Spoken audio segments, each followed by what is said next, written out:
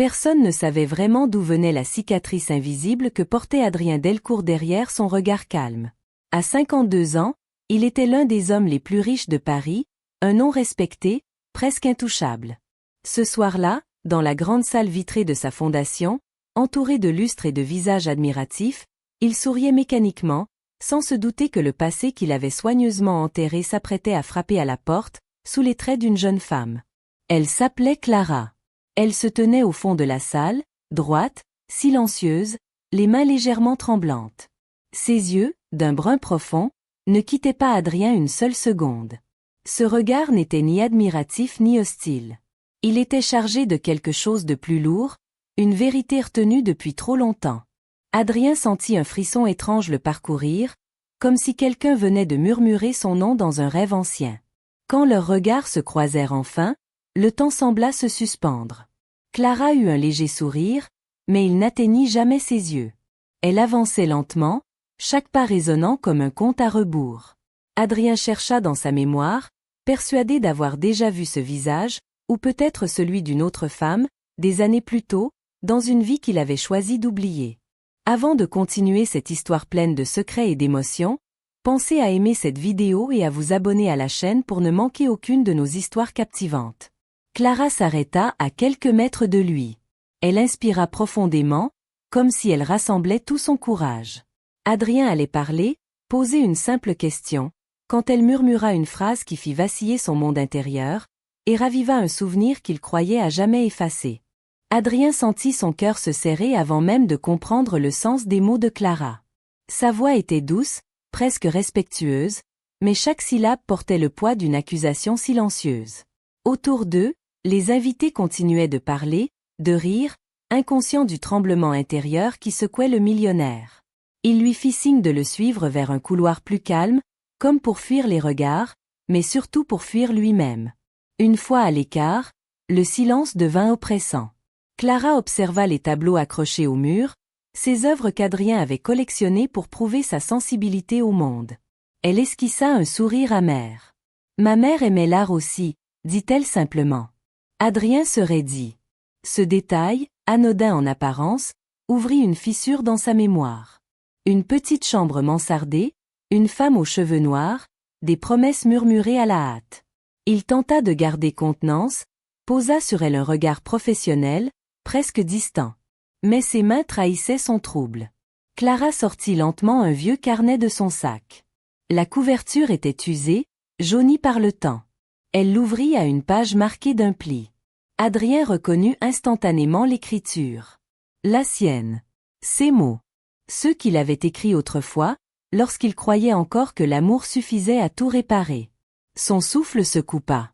Il voulut nier, parler d'erreur, de coïncidence cruelle. Mais Clara leva les yeux vers lui, et cette fois, il y vit clairement le reflet d'une femme qu'il avait aimée, puis abandonnée sans jamais se retourner. « Elle a tout gardé », murmura Clara. « Même votre silence. » Adrien sentit le sol se dérober sous ses pieds. Ce passé qu'il avait sacrifié pour réussir revenait avec une précision implacable.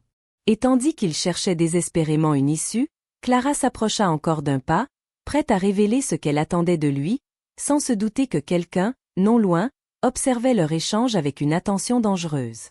Adrien n'avait pas remarqué cette présence au bout du couloir, mais Clara, si. Un homme en costume sombre, trop immobile pour être un simple invité, semblait écouter sans en avoir l'air. Elle détourna légèrement le regard, puis referma doucement le carnet, comme pour protéger ce qui restait de fragile entre eux. Adrien suivit son geste, troublé. « Qui êtes-vous vraiment, Clara ?» demanda-t-il enfin, la voix plus basse qu'il ne l'aurait voulu. Elle hésita. Ce silence n'était pas une stratégie, mais une lutte intérieure. « Je suis celle qui a grandi avec vos absences, » répondit-elle. Elle parla alors de son enfance modeste, des nuits où sa mère travaillait trop tard, de cette femme courageuse qui refusait de se plaindre, mais dont les yeux se remplissaient de larmes chaque fois que le nom d'Adrien apparaissait dans une lettre jamais envoyée. Adrien écoutait, figé, chaque mot le rapprochant d'une vérité qu'il avait fuie. Il voulut savoir si sa mère était encore en vie. La question lui brûlait les lèvres, mais il craignait la réponse. Clara baissa les yeux. « Elle est morte en croyant que vous l'aviez oubliée volontairement, » dit-elle. Cette phrase frappa Adrien avec une violence inattendue. Il sentit une douleur sourde envahir sa poitrine, un regret trop tardif. Au même instant, l'homme au bout du couloir s'approcha, feignant de chercher les toilettes. Adrien reconnut aussitôt Paul Renard, un journaliste d'investigation connu pour détruire des réputations solides. Son estomac se noua. Était-ce une coïncidence? Ou Clara l'avait-elle amené ici avec une intention précise? Adrien posa un regard inquiet sur la jeune femme. Elle soutint son regard, calme, presque résolue. « Je ne suis pas venue pour l'argent, » dit-elle doucement. « Je suis venue pour la vérité. » Et dans ce couloir feutré, Adrien comprit que quoi qu'il fasse, sa vie publique et privée venait de s'entrelacer dangereusement, tandis qu'un secret plus profond encore menaçait d'éclater au grand jour. Adrien sentit le besoin irrépressible de s'asseoir. Les mots de Clara résonnaient encore en lui, mêlés à l'ombre menaçante du journaliste qui s'éloignait lentement, comme un prédateur patient. Il proposa à Clara de quitter la fondation. L'air lui manquait ici. Elle accepta sans discuter, consciente que cette conversation ne pouvait plus rester enfermée entre quatre murs. Ils marchèrent côte à côte dans la nuit parisienne. Les lumières de la ville semblaient irréelles, trop belles pour une vérité aussi douloureuse. Adrien lui parla enfin de cette époque où il n'était personne, de ses ambitions dévorantes, de la peur panique de la pauvreté. Il avoua sa lâcheté, sans chercher à l'excuser. Clara l'écoutait en silence, chaque confession ajoutant une couche à l'image qu'elle s'était construite de lui. Ils s'arrêtèrent devant la Seine. Le reflet tremblant des lampadaires sur l'eau rappelait à Adrien la fragilité de tout ce qu'il possédait. Clara lui confia alors que sa mère avait longtemps hésité à le recontacter, puis avait renoncé après avoir appris son ascension fulgurante. « Elle pensait que vous aviez choisi un autre monde, » dit-elle. Adrien ferma les yeux, submergé par la honte. Son téléphone vibra. Un message bref, inquiétant. Paul Renard cherchait déjà des confirmations, des témoignages. Le passé prenait une vitesse incontrôlable. Adrien leva les yeux vers Clara, prêt à lui demander de garder le silence, puis se ravisa. Il n'en avait pas le droit. Clara sortit une enveloppe de son sac. « Il y a autre chose que vous devez savoir, » murmura-t-elle. Elle n'ouvrit pas l'enveloppe. Elle la garda serrée contre elle, comme si son contenu pouvait tout détruire. Adrien sentit une angoisse glaciale l'envahir. Il comprit que ce secret dépassait la simple révélation d'une paternité oubliée, et que la vérité, une fois révélée, pourrait bouleverser bien plus que sa réputation. Adrien fixa l'enveloppe comme on regarde un objet capable d'exploser à tout instant. Le papier semblait ordinaire, pourtant il contenait une menace sourde. « Qu'y a-t-il là-dedans » demanda-t-il enfin, la voix rauque. Clara hésita, puis détourna le regard vers la Seine, comme si l'eau pouvait lui donner la force de parler. Elle raconta un épisode que sa mère lui avait révélé peu avant de mourir. Une nuit, des années après la rupture, Adrien avait tenté de la recontacter. Il était déjà sur le point de réussir, mais il avait peur. Peur qu'un enfant, une histoire ancienne, n'entrave son ascension. Il lui avait proposé de l'argent. Pas pour revenir, pour effacer. Adrien sentit son sang se glacer. Ce souvenir, enfoui sous des couches de déni, revenait avec une précision cruelle. Clara serra les poings. « Ma mère a refusé, » dit-elle. Mais elle a gardé la preuve de cette proposition. Adrien comprit avant même qu'elle ne termine sa phrase. L'enveloppe contenait sans doute une lettre, un contrat, peut-être même un enregistrement. De quoi détruire l'homme respectable qu'il était devenu. Au même moment, son téléphone vibra de nouveau. Cette fois, c'était son avocate. Un seul message, « Paul Renard pose trop de questions ». Adrien leva les yeux vers Clara. Était-elle venue seule, ou faisait-elle partie d'un jeu plus vaste? Il voulut croire à sa sincérité, à cette quête de vérité qu'elle répétait. Mais le doute s'insinuait. Clara reprit, la voix plus fragile. « Je ne savais pas si je devais vous la donner. » Elle fit un pas vers lui, puis s'arrêta. Parce que ce qu'il y a là-dedans ne révèle pas seulement ce que vous avez fait, mais aussi ce que quelqu'un d'autre vous a forcé à faire. Adrien sentit son cœur s'emballer. Quelqu'un d'autre? Il voulut poser 1000 questions, mais Clara recula, serrant l'enveloppe contre elle. Dans le silence tendu qui les entourait, Adrien comprit que cette histoire cachait encore une trahison plus ancienne, et peut-être plus dangereuse, que la sienne. Adrien resta immobile, comme paralysé par ces derniers mots. Quelqu'un l'avait forcé? Cette idée le heurtait presque autant que ses propres fautes. Il chercha dans sa mémoire, parmi les visages du passé, ceux qui avaient gravité autour de lui à l'époque de ses débuts. Des associés ambitieux, des mentors sans scrupules, des hommes pour qui la réussite justifiait tous les sacrifices. Un nom lui traversa l'esprit, puis il le chassa aussitôt, refusant d'y croire. Clara, elle, semblait lutter contre ses propres émotions. Elle confia que sa mère avait longtemps vécu dans la peur après cette proposition. Peur d'être surveillée, peur qu'on lui enlève son enfant, peur que le silence imposé ne soit pas seulement le choix d'Adrien. Elle disait que vous étiez différent ce soir-là, expliqua Clara. Comme si vous n'étiez pas libre de vos décisions. Adrien sentit une colère sourde monter en lui, mêlée à un soulagement coupable. Avait-il été lâche, ou manipulé? Il voulut lui promettre qu'il réparerait tout, qu'il assumerait publiquement, mais Clara l'arrêta d'un geste. Ce n'est plus si simple, dit-elle. Elle lui révéla alors que Paul Renard n'était pas le seul à s'intéresser à cette histoire. D'autres personnes, bien plus puissantes, surveillaient discrètement ses mouvements depuis des années. Un vent froid se leva sur le quai. Adrien frissonna. Son empire reposait sur des alliances anciennes, fragiles, bâties à une époque où il avait accepté des compromis dangereux. Et si l'enveloppe contenait un nom capable de faire tomber plusieurs géants à la fois? Clara regarda l'heure, nerveuse. « Je ne devais pas vous voir aussi longtemps, » murmura-t-elle. Elle glissa l'enveloppe dans son sac, prête à partir. Adrien fit un pas vers elle, pris d'une urgence nouvelle. « Si vous partez avec ça, vous n'êtes pas en sécurité, » dit-il. Elle lui lança un regard intense, presque triste. « Je ne l'ai jamais été, » répondit-elle. Puis elle s'éloigna lentement dans la nuit, laissant Adrien seul face à un passé qui ne demandait plus pardon, mais exigeait désormais un prix. Adrien resta longtemps à regarder la silhouette de Clara disparaître parmi les passants. La ville reprenait son rythme, indifférente au bouleversement qui venait de fissurer sa vie. Il finit par rentrer chez lui, dans ce vaste appartement surplombant Paris, un lieu autrefois synonyme de victoire, désormais rempli d'échos oppressants. Chaque objet semblait lui rappeler ce qu'il avait sacrifié pour en arriver là. Il passa une nuit blanche, hanté par des souvenirs qu'il n'avait jamais osé affronter. À l'aube, une décision s'imposa à lui avec une clarté douloureuse. Il devait savoir qu'il avait manipulé, et jusqu'où cette influence s'étendait encore. Il convoqua discrètement son ancien bras droit, Julien Morel, l'un des rares à connaître ses débuts chaotiques. Lorsque Julien entra dans le bureau, son sourire assuré masquait mal une nervosité inhabituelle. Adrien aborda le passé sans détour.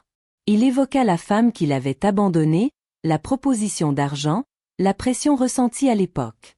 Le visage de Julien se ferma peu à peu. « Tu remues des choses dangereuses », murmura-t-il. Cette réaction confirma les soupçons d'Adrien. Julien savait. Peut-être même avait-il été l'un des artisans de ce silence imposé. Pendant ce temps, Clara ne rentra pas chez elle. Elle changea de trajet, observa les vitrines comme pour se fondre dans la foule. Elle avait l'impression persistante d'être suivie. Son téléphone vibra. Un message sans numéro, « Tu ne devrais pas aller plus loin ». Son cœur se mit à battre plus vite, mais elle continua d'avancer, déterminée. Adrien, de son côté, reçut un appel inattendu. Paul Renard demandait une rencontre urgente. Le journaliste affirmait détenir une information reliant Adrien à un scandale financier ancien, bien antérieur à sa fortune actuelle. Adrien comprit alors que l'histoire de Clara n'était qu'une pièce d'un puzzle bien plus vaste, et que chaque pas vers la vérité rapprochait dangereusement tous les protagonistes d'une révélation impossible à contrôler. Adrien accepta le rendez-vous avec Paul Renard, conscient que refuser ne ferait qu'attiser les soupçons. Ils se retrouvèrent dans un café discret, loin des quartiers huppés. Le journaliste posa son dictaphone sur la table sans l'allumer, comme une menace silencieuse. « Je ne suis pas ici pour vous attaquer », dit-il calmement. « Je veux comprendre pourquoi certaines histoires disparaissent avant même d'être publiées. » Adrien comprit que Paul aussi se heurtait à des forces invisibles. Le journaliste évoqua des dossiers bloqués, des témoins intimidés, un réseau ancien protégeant quelques hommes clés de la finance. Un nom revint plusieurs fois, toujours à voix basse. C'était celui que Adrien avait tenté d'oublier depuis des années. Son ancien mentor. Celui qui lui avait ouvert les portes, en échange de son obéissance. Pendant ce temps, Clara se réfugia chez une amie de sa mère, une femme discrète qui avait toujours su plus qu'elle ne disait. En fouillant dans de vieilles boîtes, Clara découvrit un second carnet, différent du premier. À l'intérieur, des dates, des rendez-vous, et surtout une mention répétée d'un accord secret. Un accord signé le même mois que la naissance de Clara. Son souffle se coupa. Au café, Paul fixa Adrien droit dans les yeux. « Si vous tombez, vous ne tomberez pas seul », déclara-t-il. Adrien sentit la menace, mais aussi une étrange forme d'alliance possible. Dire la vérité pourrait détruire des vies, ou les libérer. Clara, de son côté, trouva une clé scotchée au fond de la boîte, accompagnée d'une adresse inconnue. Elle comprit que sa mère lui avait laissé un dernier chemin à suivre. Elle hésita un instant, consciente que chaque découverte rapprochait le danger. Son téléphone vibra à nouveau. Un message d'Adrien cette fois, « Nous devons parler. C'est urgent ». Clara serra la clé dans sa main. Elle devait choisir à qui faire confiance, alors que quelque part, dans l'ombre, quelqu'un comprenait déjà qu'elle venait de mettre la main sur une preuve capable de tout faire basculer. Clara ne répondit pas immédiatement au message d'Adrien.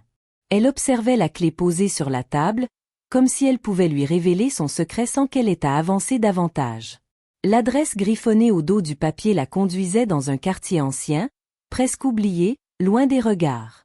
Elle sentit que ce lieu n'avait pas été choisi au hasard. Sa mère avait tout prévu. Adrien, de son côté, quitta le café avec une certitude lourde. Son ancien mentor tirait encore les ficelles. Les souvenirs revinrent par vagues, les contrats signés trop vite, les conseils apparemment bienveillants, les silences imposés. Il comprit que sa réussite avait été bâtie sur une dette morale qu'on lui rappelait aujourd'hui avec brutalité. Et Clara se trouvait au centre de ce rappel. Clara finit par se rendre à l'adresse. Il s'agissait d'un immeuble discret, presque banal. La clé ouvrit un petit box de stockage au sous-sol. À l'intérieur, une valise poussiéreuse l'attendait. Ses mains tremblaient lorsqu'elle l'ouvrit. Des documents soigneusement classés, des copies de virements, des lettres signées de noms influents. Et au fond, un enregistrement audio. La voix d'Adrien y résonnait, plus jeune, brisée, implorant qu'on lui laisse du temps. Elle comprit alors que sa mère n'avait jamais été seule face à cette histoire. Elle avait été prise dans un engrenage bien plus vaste. Clara sentit une rage froide monter en elle, mêlée d'une tristesse infinie. Au même instant, Adrien reçut un appel paniqué de Julien Morel. « Ils savent que tu reparles à Renard », chuchota-t-il. « Et ils savent que la fille a quelque chose. » Adrien sentit le danger se rapprocher, tangible. Clara referma la valise. Elle n'était plus seulement la fille d'une femme abandonnée. Elle détenait désormais une vérité capable de renverser des puissants, à condition de survivre assez longtemps pour la révéler. Clara quitta le box de stockage avec la sensation que chaque pas résonnait trop fort. La valise semblait plus lourde qu'avant, comme chargée de toutes les vies qu'elle pouvait briser. Dans la rue, une voiture noire stationnait moteur allumé. Elle ralentit, le cœur battant, puis continua sans se retourner, consciente que la peur était exactement ce qu'on attendait d'elle. Adrien, lui, ne parvenait plus à rester immobile. Il rappela Clara, sans réponse. Une angoisse sourde lui serra la poitrine. Il comprit que les hommes qu'il avait autrefois servis n'allaient pas se contenter de menaces. Il rassembla fébrilement des dossiers dans son bureau, cherchant des preuves capables de contrebalancer celles que Clara détenait. Plus il fouillait, plus il réalisait l'ampleur du réseau auquel il avait appartenu sans jamais oser le nommer. Clara entra dans un café bondé et s'assit près de la vitre. Elle sortit discrètement l'enregistrement et écouta quelques secondes avec des écouteurs. La voix d'Adrien tremblait, mais une autre voix, plus froide, lui répondait, posant des conditions, évoquant des conséquences irréversibles. Clara sentit un frisson la parcourir. Elle reconnaissait cette voix. Elle l'avait déjà entendue lors d'une soirée caritative, prononçant un discours applaudi par tous. Au même moment, Adrien reçut un message anonyme accompagné d'une photo récente de Clara assise dans le café. Une seule phrase l'accompagnait. Il est encore temps de faire le bon choix. Adrien comprit que le piège se refermait. Clara leva les yeux et croisa le regard d'un homme qui venait d'entrer. Il sourit brièvement, comme s'il se connaissait déjà.